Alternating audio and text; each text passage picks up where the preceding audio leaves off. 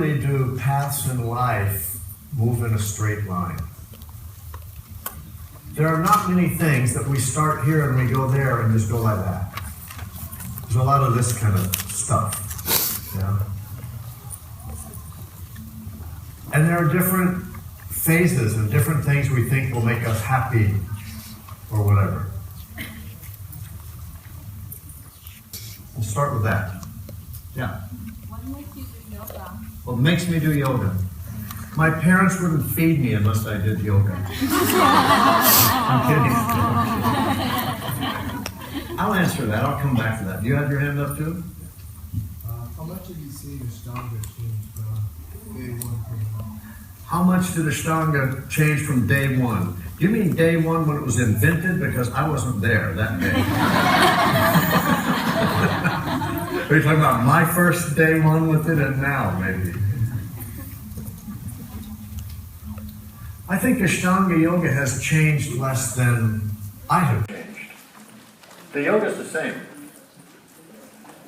Nowadays, people get really hung up on small little things that might be different. If you went to a lead first series class with Pattabhi Jois in 1975, his first trip to America, if you went to a class with him, a lead class, and you went to a lead class with him 30 years later in Mysore, India, you could count the things that were different on the fingers of one hand. It's so minimal.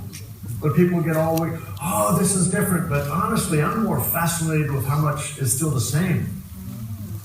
Very little has changed. It's the practice. It is what it is.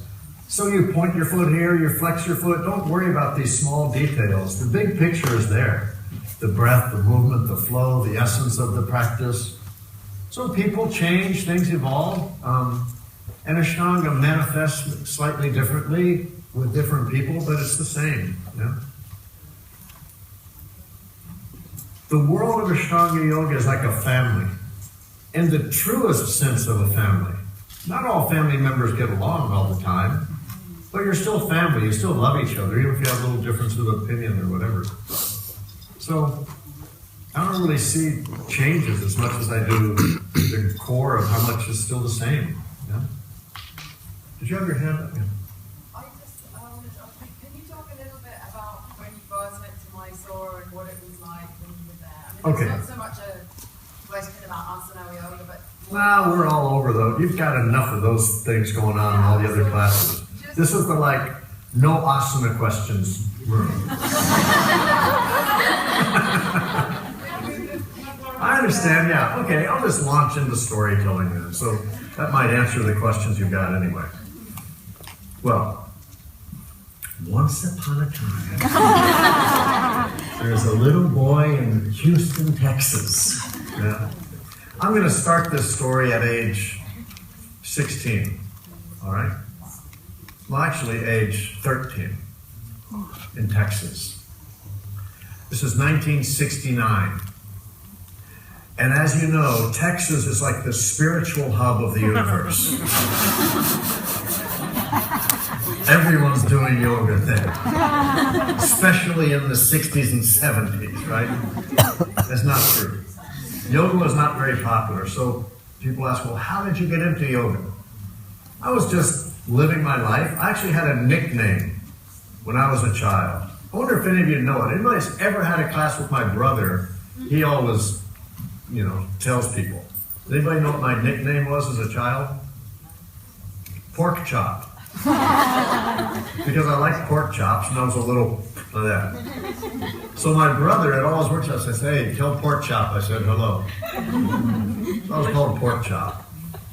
So 1969, my older brother, Doug, he's 5 years older. I also have a sister, she's 8 years older, so I'm the baby. But Doug, my older brother, 5 years older, got into surfing in Texas. And you can surf in Texas. There's a body of water there, and we learned to surf there, whatever.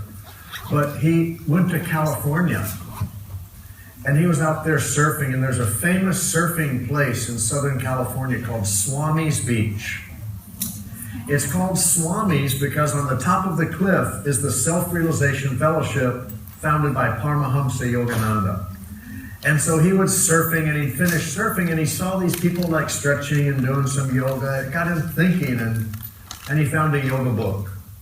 And he started reading about health foods and things like that. And so he came back to Texas with all these ideas of health and healthy living and yoga. And so I really feel fortunate that he was into these things, because he was my big brother. I wanted to be like him.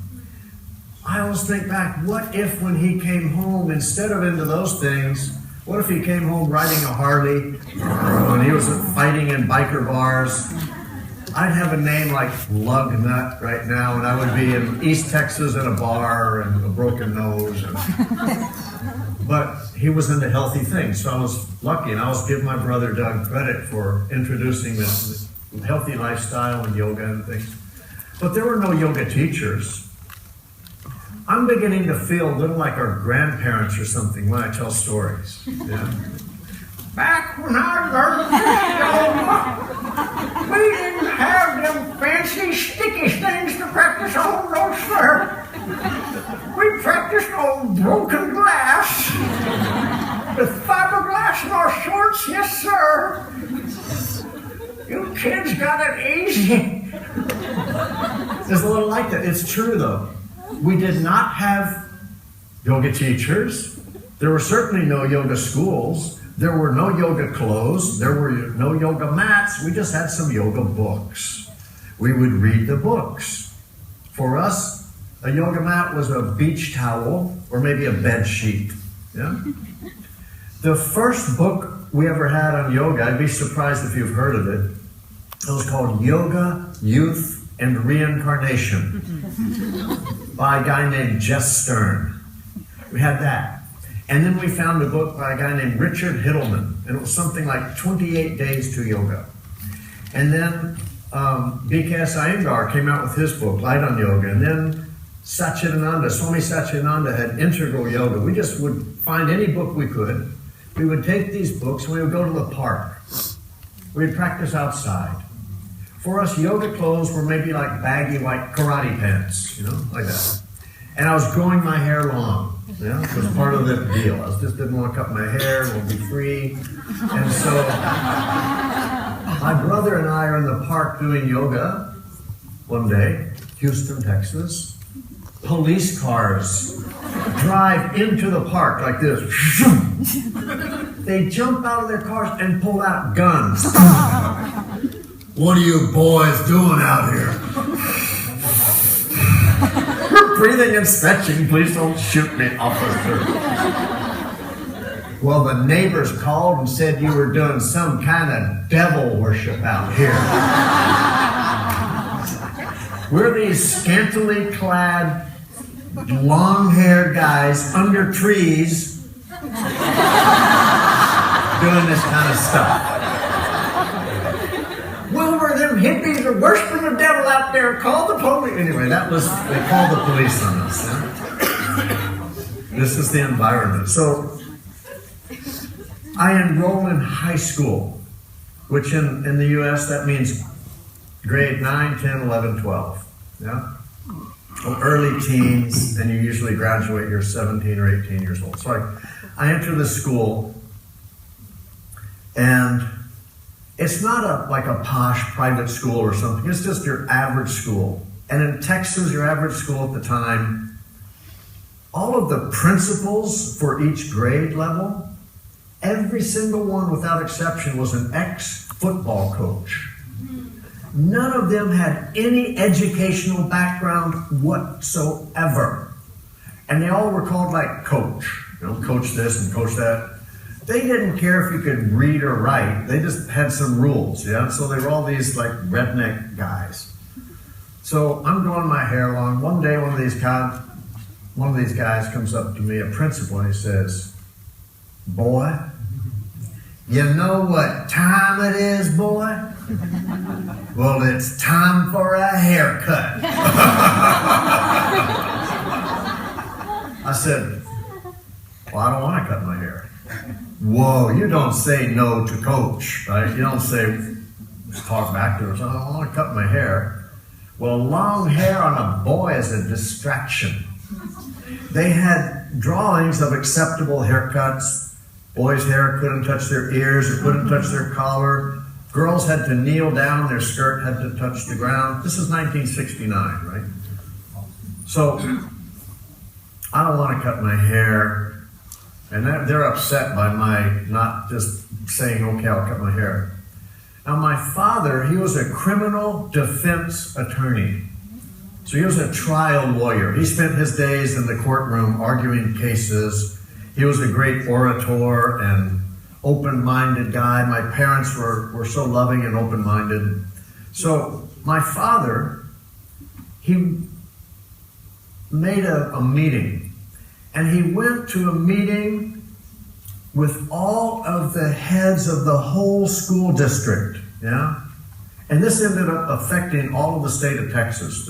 It was a massive meeting with all these like Bubba guys up there. You know, they were all the principal guys from all the schools and the school boards and everything, and a whole bunch of people there. My father stood up in front of them and very calmly said these words. My dear gentlemen, to my knowledge, Jesus had long hair. Moses had long hair. Albert Einstein had long hair.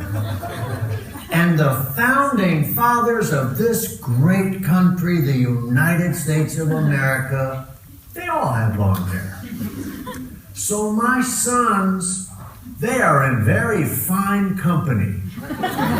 So I am not going to force my sons to cut their hair. So I simply ask of you, good gentlemen, what is the alternative? And he went. They're like this.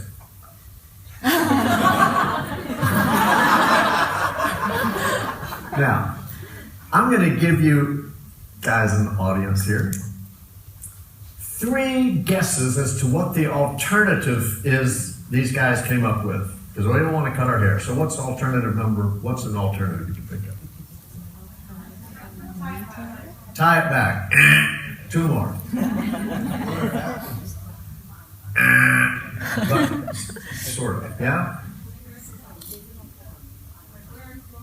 Wear a cloth. These are very close. However, it was worse than any of that. The alternative they came up with was a short-haired wig.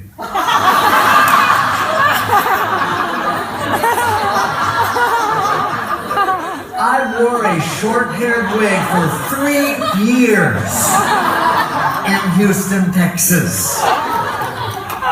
Their reasoning being long hair on a boy is a distraction. Now, about 6 of us chose to not cut our hair. We would carry the wig in our back pocket until we saw a principal. We would take it out and go inside out. The cloth side up, a little ring of hair, and our hair hanging out the back. Because when they wrote the rules, they just said we had to wear a wig, but they weren't very specific. So we're like, you think the long hair's a distraction, huh? Check this out. I have teachers going like, Swenson, take that thing off your head. I mean, we would wash them. They looked like a little animal. So I'm going to school like this, and so one day I'm in class, and do you remember they used to have these airmail envelopes that had little red, white, and blue stripes around the side? Yeah? So I'm sitting in class in the morning session. I don't even remember what it was. And this little envelope is delivered to the teacher from the office. It's got my name handwritten on it. Kind of odd. Teacher looks at it. Everybody's looking and hands it to me. So, of course, everyone's looking at me. I open this envelope. It's from my brother. It says, David, surf's up. Get sick now. Meet you in front of the school in 30 minutes. So I look up and I go, oh, feel very good. Oh. And I go, to the office, and I said, well, I think my father's home today. You could call him because my brother's waiting by the phone. Hello, this is Mr. Swenson. Okay, I'll come and get my son. So he comes tearing up in front of the school in an old surf car with surfboards. Come on, David, let's go! You know, these things we were trying to entertain just because I was going nuts in school, and I felt in my mind that I didn't have much to learn from these people. Once they taught me how to read, write, add, and subtract, I realized it was all the information I was ever going to get from the people because I had no interest in anything else they were sharing with me. I gave book reports on things like Arnold Ehret's mucusless diet healing system. I was into health and reading health books and things, and I'd stand up and give my book report and say, constipation is the root of all of your ills. You need to clear your bowels, you know, whatever. I was this militant little vegetarian guy, you know, all that stuff. After 3 years of this, so my,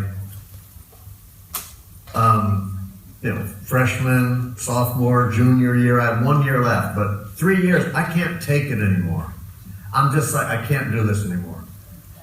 So I run away, or I leave. It's not really run away from home because I love my parents, but I couldn't take to school. But I wrote my parents a note. Dear Mom and Dad, I love you, but I can't take 1 more year of this. I'm leaving. And I went to California. That's 1,500 miles away. I go to California. I was 16 years old. And my parents were, obviously they were upset by this, but they also said, well, we raised our kids to be independent thinking. So we're not going to force you to come home. However, you have to agree to these terms. If you're going to move out, you have to support yourself, which I was already working and making money from the time I was a kid. So. And they said, and you have to finish school. You have to finish your last year. Yeah, no problem. So fine. I go on to get a job in this really like all-day breakfast kind of place. Yeah. Greasy food. It's still there today. It's wild. I just was in California. Oh my God, that place is still there. It's called Captain Kino's. So I got a job there. I got a really funky, cheap apartment with another guy. It was all we could afford. And I went to enroll in school. San Diego High School. And while I'm there, I go to get in and they say, well, we'd love to have you attend school, but you're only 16 years old. You have to have a legal guardian. You have to have someone at least 22 years old to sign the papers and be responsible for you because you're just a kid. I said, yeah, sure, no problem. But actually I'm thinking like, wow, I don't know anybody that old. Like 22 seemed like, whoa, that's like old, man. I don't know old people. So I go to my apartment manager. He's a 22-year-old Latino surfer. His name's Rudy Olivares. He says, oh, sure, like, no problem. I can be your guardian. And he signs all the papers for me, and I get into school. I go to school. My first class of the day is surfing. And the rest of my classes are like clay sculpture, painting, filmmaking. I'm like, wow, school is great. Everyone's got long hair, we're surfing, but even with that, surfing was the first class of the day, which was great, but if the surf was really good, if you know how surfers are, there's this saying of, just one more wave. And then you miss the whole day of school, right? Because you actually didn't come in, and so I missed school, and the school calls my guardian, who was also a surfer, and they say, this San Diego High School, David wasn't in school. Is he okay? Oh yeah, that David's sick. Like he really sick. Like maybe he's gonna die. He was covering for my surfing with him. I go back to school. Wow, are you okay? I'm a little sunburned, but yeah, I think I'm all right. Anyway, so one day. And this is the Ashtanga connection now. So I've been doing yoga from books and things. One day this guy, Paul Dunaway, who's actually, if you've ever seen my book, on one of the first pages, we're sitting in a little circle. Paul is one of those guys there in the little circle. You know the photo I'm talking about in my book? I'll just tell you a side story about that. In the book, it's a little pranayama circle. We're all sitting there. It's 1975. I'm jumping the gun a little bit.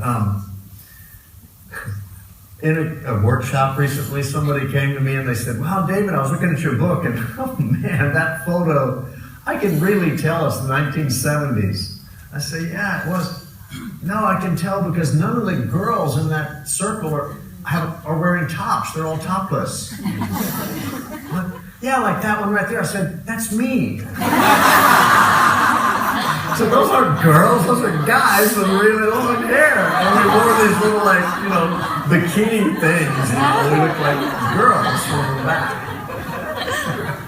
Anyway, my friend Paul, he says, he was my brother's age. And, "Wow, David, you're into yoga. You got to come and check out this yoga I found. It's amazing." So I go with him early morning. I don't know what to expect. And we go into this old building, and there's no heating or anything. It's kind of cold. And we open the door, and the first thing I hear is this. There's this breath. I don't know. It's Ujjayi breath, but I don't know that. It's just like the room is breathing.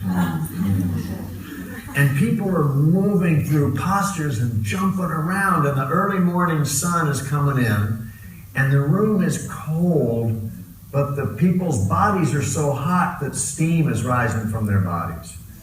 And I just go, "Wow. What is this about?" And there's this couple walking around. They're hippies too, but they're older than me. I'm 16, they're probably in their mid-20s. And one of them walks up, and have any of you ever taken a class with David Williams?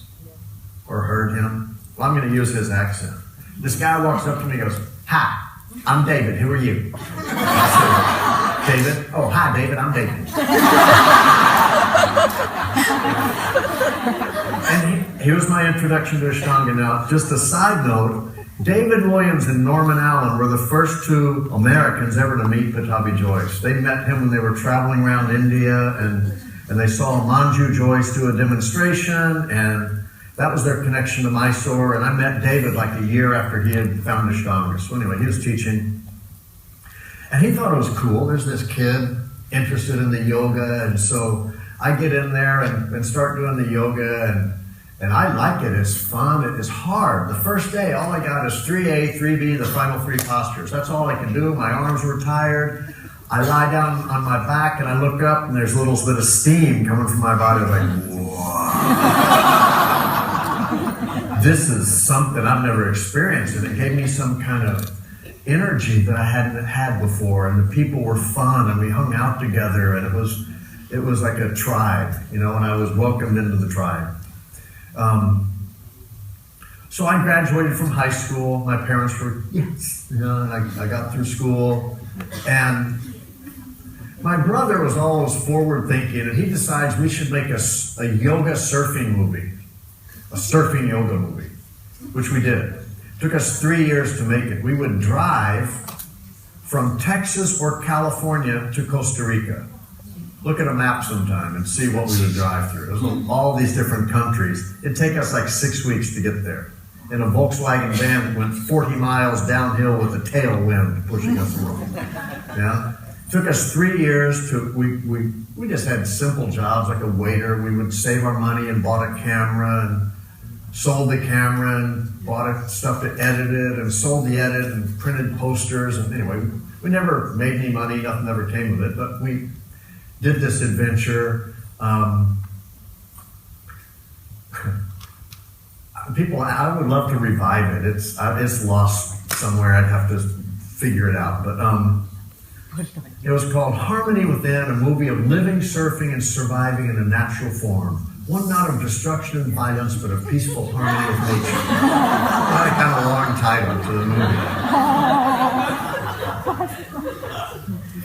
Films of me running slow motion like this through a field. My hair going like a big dog next to me. And our theme song wasn't sung by me. We had musician friends who donated their time, and the words were, "Early morning sunlight takes me down the green path, seems to be heading for the shore. And when you find a little time somewhere way down deep inside, flow and blend into harmony with him.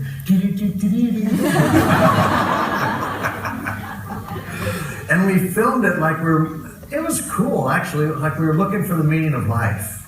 But we were really looking for the place that was going to make us happy. Yeah, so our idea was, oh, this place is beautiful and the surf is really good, but something's missing. It must be in the next place. And we start traveling around and looking for the place that's going to make us happy. And the film ends with my brother sitting on a little hill, the sun setting behind him, he's in lotus, and a quote from Swami Vivekananda. For whom you have been searching in churches and in temples, for whom you have been looking far and near, is the nearest of the near, the reality of your life, body, and soul. Surfers hated the movie. But anyway, we did it. Now, in the midst of all this, David Williams and Nancy Gogoff bring Pattabhi Jois to America for his first trip, 1975. So he comes. We greet him at the airport. He arrives with his son, Manju. And the day he arrives, he looks at us and he points to his son, Manju. He says, "This is my son, Swamiji." Manju looks at us, and he speaks more English than his dad. He looks and he says, "I'm no Swami. My name's Manju. We have come here to break your backs." Whoa! We called Manju Mighty Mouse. He was tiny, but he could walk up a whole flight of stairs on his hands. Anyway, we were all pumped up and excited, and here's the guru and his son, and they took us through the practice, and we were just like simple hippie people, but with a lot of enthusiasm. Yeah, so it was a fun, simple time. We didn't have much, but we had a lot of character. Yeah. So Pattabhi Jois stays for 4 months, and all kind of funny things happened while he was there. Like at that time in America, the U.S. borders Mexico in a number of places, yeah? So and California is one of those places, Southern California. So the attitude of some of the authorities, like police and things, was anyone with brown color skin must be trying to sneak into America from Mexico. Right? Well, we bunch of surfing hippies with old beat up cars are leaving yoga class one day with Pattabhi Jois in the back seat. The police pull us over. They pull us to the side. They look at Pattabhi Jois, and they say, "Are you trying to sneak into the United States of America illegally?" And he says, "Yes!" "Yes, United States. Thank you very much. Yes, very good." And we're saying, "No! No! Are you telling me these fellows are trying to sneak you into America from Mexico?" "America, yes, thank you very much. Very good, thank you." He just knows that's all he knew to say. And we're just like, oh no. Finally, these officers, they look at us and they realize we are really not organized enough to do anything of this nature. And they say, "Okay, we'll go on." Now, think of this. This is a moment in time. The things could have really been very different. What if Pattabhi Jois had been deported to Mexico? The whole Ashtanga scene would have gone in Mexico. And Pattabhi Jois would have been like this. Una, dos, tres, oh, malo hombre.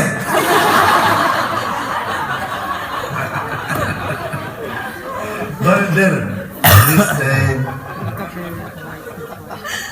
He went back to India, and his son Manju remained in America and still lives there in Southern California to this day. Yeah? But Pattabhi Jois goes home, has to explain to his wife why, Manju's not with him anymore. But Manju stayed on. Guruji went home. Our surf movie was a flop. I'm back in Texas working, trying to save a little money. David Williams, by this time, has moved to Maui. I get a call from him one day. His calls are the same, even today, if he calls me. "Hi, David, this is David." always the same. Hi, David, this is David. Now, Nancy and I are going to Mysore. We want to know if you want to come over to Maui and take over all our classes for us while we're gone. I'm thinking Houston, Texas, or Maui. I go to Maui. Okay, so he introduces me, everyone. I'm going to take over his classes. Now, we don't have a yoga studio. We only have a yoga room. So we build a yoga room. David used to teach in a park by donation. Here's how you'd promote a yoga class. He'd go out and just do yoga under a tree in a park. And people would come up and they'd say, what are you doing? He'd say, yoga. If you want to learn the yoga, I'll teach you the yoga. You have to come here every morning and I'll show you the yoga. And after the class, I'm going to put a bucket under that coconut tree there. And I want you all, after the class, to go and put a donation in the bucket. Now, this is like 1976 or something. So here's David says, I'd teach for 3 hours. I'd go and look in the bucket, and there'd be a banana, a mango, and half a jar. This is hippies, you know. It's like they gave him whatever they had. He'd be like, I already had all those things. I kind of need some money, but that's all right. Eventually, some guy goes, well, you can teach over here on this little plot of land. So we all build like tree houses and things. And our yoga room, we build with 8 walls. Just rough wood we find. 4 walls you can practice handstands. 4 walls are screen. The walls are like, this high. And we put a pole in the middle of the room, really high, and then we take poles from that center pole onto the wall. So it looks kind of like a yurt, right? Now, we don't have much money, so after we get the walls and the pole and all these poles, but we have no roof. Now, we don't have any money, so the cheapest thing we could find was some clear plastic, that kind that's rolled up. We put clear plastic on the roof. This is in a place called Lahaina, Maui. Lahaina is a Hawaiian word that means relentless sun. We built a yoga room with a clear plastic roof in a place where the sun never stops shining. It's like a greenhouse. Now the floor was dirt floor. So we got carpet from the hotels. When they would remodel and throw away their carpet, we'd go, cool, yoga room floor. We'd put that on the floor over the dirt. And we'd take little extra pieces of carpet. That was our yoga mat. So carpet over dirt. People practice, they jump back and it makes a dent in the floor. So the floor is like this. So nothing is level. So to this day, I can really balance on things because anything is flat. I'm like, wow, this is so much easier than all this other stuff. Every day after class, we would roll up the carpet with rakes and then fill in all the holes, stomp it down, and basically rebuild the yoga room every day after class. Fine. David leaves with Nancy. They leave me in charge. One day, this guy comes up to me, and this is how people talked in the 70s. Wow, man. Like I'm digging the yoga, man, but I'm a little short on cash, man, but I'd really like to keep coming, man. I say, I understand, that's okay. Yeah, you just keep coming to class. Now, word spreads. Within 2 weeks, not one person is paying. I'm teaching for free, and and they can't seem to afford the yoga, but they can afford to go to concerts and every other thing, but I'm teaching for free. I have to get a job. I get a job at a place called Mr. Natural's Health Food Store that was owned by the least natural person I've ever met in my life. To his own admission, he was an ex-cocaine dealer from New York City who said, wow, man, like I was in trouble with the law, man, so I had to do something legitimate, so I came to open this health food store. I'd have to wake him up in the middle of the day to get the keys to the store and kick through whiskey bottles, and so he'd be like, anyway, I opened this store for him, and I work in there, and I'm from the southern part of the U.S., I've got this like work ethic, and I'll just, I'll work hard and do what I got to do anyway. David and Nancy come back, Yeah. And he goes, wow, there's so many students. I go, yeah, that's kind of the good news. But I had to get a job. What? Yeah, nobody's paying. What are you talking about? Oh, well, they said they didn't have any money. I don't know. So he gets everybody paying the next day. It was my first lesson, and wow, I see how it works. David used to interview people before they could do yoga. So here's a good lesson for all you yoga teachers out there, or even studio owners. People would come up and say, I'd like to register for the yoga class. You'd say, I don't think so. This yoga is too hard. You know, it's not for everybody. I don't think you're ready for it. No, I'd really like to do the yoga. I don't think so. Oh, really? I think I'd like to. I don't know. This yoga is not for everybody, you know. And I just want you to understand something. If you start this yoga, you'll start to feel really good. And it'll become really important in your life. You'll start making all your life choices around this yoga. Now let's say you're in a relationship and your partner or your lover or your spouse, they don't do the yoga. You can mess up your relationship too. I want you to think about this before you start the yoga. You get people throwing money at them. I want to do the yoga! Anyway, at this point I decide I'm going to India. And it was a big deal to go to India back then. It was not easy. Yeah? It was difficult to get there. So I'm going to go. I don't have any money because I didn't make any money from the teaching, so I borrowed what I needed to.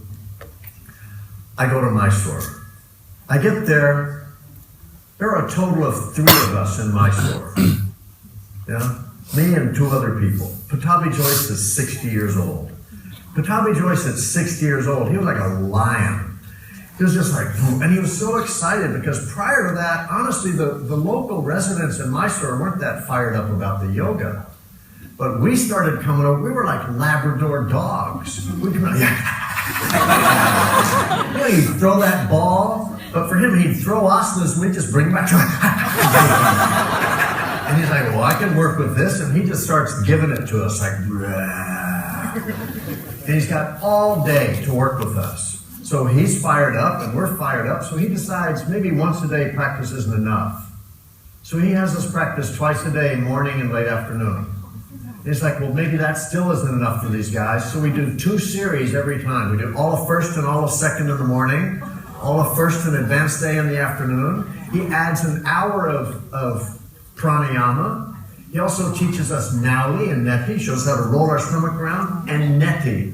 Not that wonderful, user-friendly little Aladdin's lamp full of warm water. No, the neti, sutra neti, which is a string. And the traditional one is 3 pieces of cotton cloth, braided together, dipped in wax. And then you leave the 3, and you shove it up your nose and out your mouth. But no, he would do this for us. If you ever saw the old shallow, there's a little sink at the bottom of the stairs. We would stand at the bottom of the stairs like this.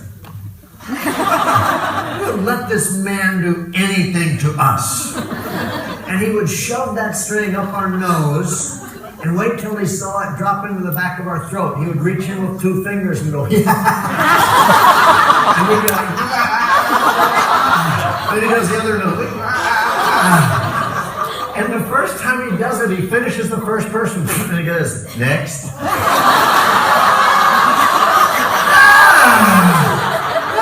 Funky, Guruji. I'm not putting that person's funk in my nose. I want my own string thingy. We just let him do anything to us. Oh gosh. There's never enough time for these things. I'll tell her really, I'll just keep going. So in Mysore, one time we want Pattabhi Jois to go to the movies, yeah? There's a movie that was sweeping India. Now, India makes more movies than anywhere in the world, Bollywood, and this time there was a movie called Hum Kasi Se Kum Nahin. These movies are long. They're like 3 hours long, right? We say, Guruji, come on, let's go to the movies. Now, his grandson, Sharat, is 7 years old. He wasn't doing yoga or anything yet, so I bring Sharat and his sister, Sharmila. We're going to go to the movies. We're trying to get his grandfather to come with us. Come on, let's go to the movies. He goes, all movies same. One man, one lady. Another lady come in, man going, finish. Always same. I said, yeah, but it'll be fun. Come on, let's go. Then the circus comes to town. There's a woman named Sally Walker. To the end of Pattabhi Jois's life, if he heard you say Sally Walker, he'd go, oh, Sally Walker, crazy lady. I'll tell you why. Now, so Sally was living in India, and by the time I got there, already she had no patience at all for anything. If you're going to live in India and have no patience, it's a problem. Yeah. So, and guys kind of thought, especially Western women, they could just kind of, I don't know, they'd walk by and kind of grab their bum, or they'd come by on a scooter and grab or something like that. So I'm walking with Sally. Sally is like a samurai or something, and she's got no patience. She's like New York or New Jersey girl. Walking along the street with her, and a local guy comes up and goes like this. Sally doesn't say a thing. She just takes one more step forward and spins around and goes, boom! And the guy goes, goosh! She says, what were you saying, David? In front of us, the sidewalk is like just the sea is parting of people. The circus comes. Guruji, let's go to the circus, come on. So we talk him into going to the circus. Now, it's pouring rain, and there's holes in the tent, and we've got umbrellas, and there's supposed to be the tiger. You know where the tiger event, the guy puts his head in the tiger's mouth, all that? It's been canceled in Mysore because during the show in Bangalore, the guy got eaten by the tiger. So we're like, we need a new tiger man. We're looking new tiger man. The show is canceled. So no tiger show, but there's other stuff, all kind of things going on. And you know, people work very hard in India, and a lot of people didn't have much, but they're very determined, and so part of this is people can be very persistent if they're trying to sell you something. So we're sitting there, me, Sally Walker, Pattabhi Jois, and his wife, whom we just called Amma, like mother. We're sitting there, and a woman, and this guy selling what at one point in its life used to be frozen. It was supposed to be ice cream, but it was just kind of lukewarm goo in a cup, in a wooden box. But he's selling it, and he comes up, like this, to Sally. Mataji, Mataji, ice cream, ice cream, ice cream, ice cream, ice cream, ice cream, ice cream, ice cream. Very good, vanilla chocolate, ice cream. Ice cream. You like? You click, very good. Very good, you like ice cream. Ice cream, ice cream. Yes, you take ice cream. Ice cream. And it's like a mantra. It's going and Sally is going like this. No thanks. No ice cream. No, I don't want any ice cream. No. And then her head goes like this. Okay, I'll take ice cream. Oh, this can't be good. I feel bad for this guy to this day. It was terrible. She takes this cup, looks at him, takes the top off, and goes, and splits it on his head in front of Pattabhi Jois and his wife, and the poor guy has just got this stuff running down his head. He doesn't say anything. He walks away, but you see him talking to his friends. And they're all taking off their stuff, and a whole crew of them are walking back at us like this. I'm like, whoa. I said, Guruji, I think we have to go now. Oh no, tiger's coming next. No, Guruji, it's canceled. The guy was eaten. We gotta go. No, I didn't see tiger. Guruji, I think we have to go. Guruji, run! I jump up. I have an umbrella like a sword. I'm going like this. Run, Guruji! I'm like, yeah! He's got his dodo. He and his wife are running through the rain, and I'm fighting off all these guys. Sally Walker. Crazy lady. Anyway. So, I stayed 4 months. Now, by this time, actually, I had learned every series of Ashtanga yoga. Yeah? Now, as people say, well, people didn't learn. We did. I learned all of it. By the time I got there, I'd learned through Advanced A, which is 3rd and 4th series. By the time I left there, I'd been through 5th and 6th series. Think about it. He had no one else. He adjusted you in every posture. He'd give you 5, 6, 7 postures a day, just like that. I leave there, I want to have a little different experience. I go to Sri Lanka. I have so little money, I rent this really funky place to stay in. I find one surfer on the island who lets me use a surfboard. I cut my foot on the coral reef and I get staph infection. Yeah? Then, the place I'm staying is so terrible that I get scabies. You know what scabies are? It's these horrible little creatures that burrow into any part of your body where there's hair and they make you itch like crazy. Then I get dysentery, like horrible stomach. Then I get on an airplane and I fly home. I arrive back to America like this. Where's the toilet? I'm limping, I'm squirting, I'm scratching. It's just terrible. And I've learned all the series, and but I don't have any money. I'm trying to figure out how to work, and I end up living out in the countryside and trying to get myself together, and all these questions come into my mind. So I write Pattabhi Jois a letter. Dear Guruji, doing all these asanas, but where are the 8 limbs, like the yamas and the niyamas and pratyahara, pranayama, dhyana, and like, where's the samadhi, man? And would you mind answering some of these other questions for me, such as, who am I? What is the purpose of life? Who is God? Why are we here? Sincerely, David. I send the letter. I never get a reply. All right? Now I'm upset. I think either he does not know the answers to my questions, which means I'm on my own, or he knows the answers and doesn't care about my questions, which means I'm on my own. This propels me forward into this quest for the meaning. I'm going to find the answers to all those questions on my own. I go and I enroll in a place called the Esoteric Philosophy Center. I study palmistry and astrology and past life regressions, sound, color, vibrations. I fasted. I ate nothing but grapes and grape juice for 40 days one time. I read St. Francis of Assisi books. I meditated. I did anything. I was just looking like that.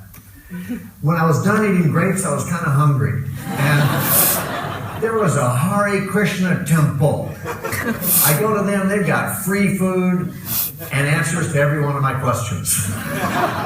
And all the books to back it up, so I become a Hare Krishna. Shave my head except the little tail. Yeah? I tell my parents on April 1st, I'm now a Hare Krishna. It's like, they don't believe me at first, but it's true. Okay, so I become a Hare Krishna, and I'm the kind of person, I'm going to do this thing. So I live all their regulative principles. I'm celibate. I chant 2 hours a day on my beads. We take cold showers because, maybe that was because we were celibate. No, I'm kidding. Give me a little more cold water. Yeah, I'm fine. We go out and work all day, give the fruits of our labor to the temple, blah, blah, blah, blah. I traveled all over the world and helped to open temples. I've traveled to places like the Philippines and Hong Kong. I lived here in Hong Kong for 2.5 years in the mid-'80s, helping to open the first Hare Krishna temple here in Hong Kong. I'm Homan Gaya. Masek Gong Dong Dong Wa, Sigong Sisula.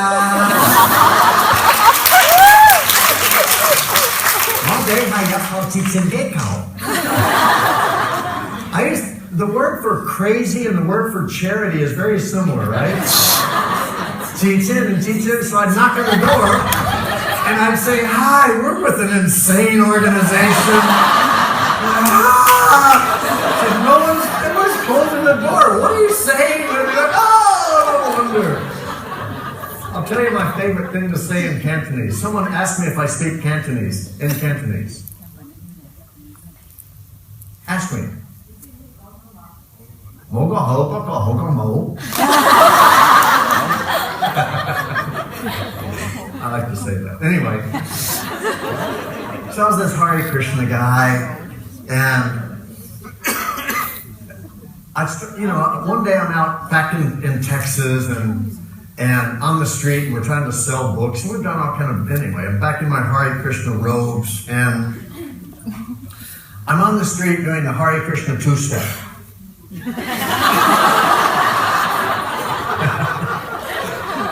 Playing the music. I'm the guy that you go to the other side of the road, right? Anyway, my mother walks up. Says, "Oh, honey, no one will take one of those books from you. Give me one." She takes a book, and anyway, I go back to the temple that day, and I'm getting yelled at by temple authorities because I didn't collect enough money that day. It all becomes about the more money you collect, the more spiritual you are, because now your heart is open to God, and if you didn't collect enough money, you weren't surrendered enough or whatever. I start looking around, and some people in the temple are nice, and some are mean, and some are humble, and some are egotistical, and whatever. I look at my parents, no matter what I do, they show me unconditional love. No matter what I've done in my life, I say, wow, they really seem spiritual. They're not wearing robes or anything, but that seems like a spiritual thing that they're doing there. So I leave. 5 years. I was a Hare Krishna guy, 5 years. Okay, I'm a little slow. I'm figuring things out. So anyway, I leave.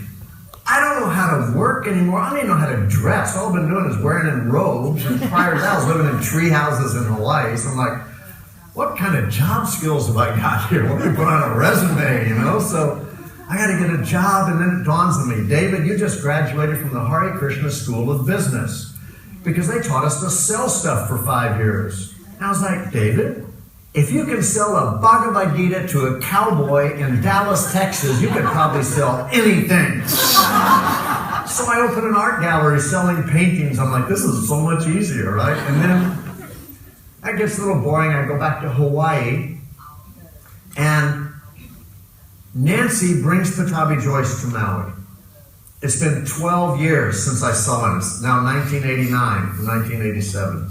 I went on this whole quest and this other stuff, and I'm practicing, and Nancy brings me up to Pattabhi Jois. The first thing, says, look, Guruji, it's David. He says, wow, so many students. He doesn't remember me. I'm like, okay, got a lot of students. I used to have that long hair. I've cut my hair, look different.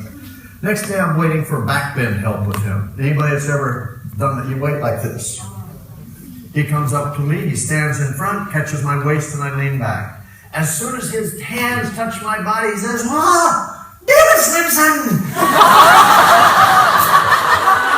It's like a little light goes off. He remembers me, my body, and he puts it all together, and I come up, and he stands so close. I come up out of the back, and there's his face.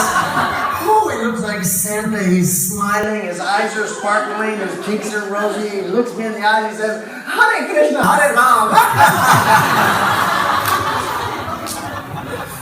To this day, I don't know if you ever got the letter. It didn't matter anymore. Everything I was looking for, I realized I already had. I was like some kind of a fish swimming in the ocean, swimming up to every other fish I saw and say, have you seen the ocean? Have you seen the ocean? You watch, I'm going to find the ocean one day. I'm going to be the guy that discovers the ocean. And all the time I was swimming in it. The greatest teachers I've ever had in my life were my parents. They showed me unconditional love. My brother introduced me to yoga. From that, I met David Williams and Nancy Gilgoff, who introduced me to Ashtanga and to Pattabhi Jois and his family and this system. Pattabhi Jois only ever said, you do your practice.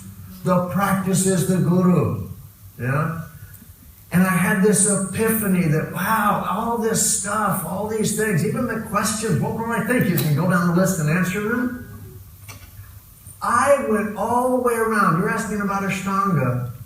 I went all the way around and came back, and I'm standing in Samasthiti. The practice was exactly the same, but I had changed. My eyes changed. The way I saw the world changed. The way I perceived what this yoga is changed. It was me who had to evolve. The yoga was just the same. Yeah? And I had some other realizations that what is it that makes one thing spiritual and another mundane? Spirituality is not determined by the practice. Otherwise, people say, I don't do physical yoga, I do spiritual yoga. I say, what's that? Oh, we do chanting. But not everyone that chants is spiritual. I mean, I have that experience from firsthand, right? So, spirituality is not determined by the practice. Rather, spirituality is determined by the focus, the intent, and the action of the practitioner. The practice that we do, whether it's chanting or meditating or doing a vinyasa, that's just a gardener tilling the soil and creating fertile earth. That's all that practice does. Spirituality and awareness and maturity of understanding is what we plant in that fertile ground. So the more practice we do, the more fertile we are. So what's going to happen to a person that does a lot of practice, whatever it is, and they drop an ego seed into that ground? You're going to grow a bigger one than the average person. We have to become very aware, very cognizant as to what the seeds are we're planting in this ground, because if you plant the wrong thing, it's also going to grow. So I'm going to wrap this up with a little definition of a yogi, all right? It's a simple thing. A yogi is one who leaves a place just a little bit nicer than when they arrived. I like this definition. It doesn't mean a yogi is one that can do third series or more series or whatever. Who cares if somebody can do a lot of stuff, but they're a mean, nasty, egotistical person the rest of the day? It's our interactions. Everything we do in our life, every action, every step, it's like dropping a pebble into a pool of water that creates a pulse of energy. We create these vibrations coming from us. And we have to ask ourselves, are these positive or negative vibrations coming from our body? Is the world a better place by our presence in it? May we all one day strive to become a yogi. The end. Thank you very much.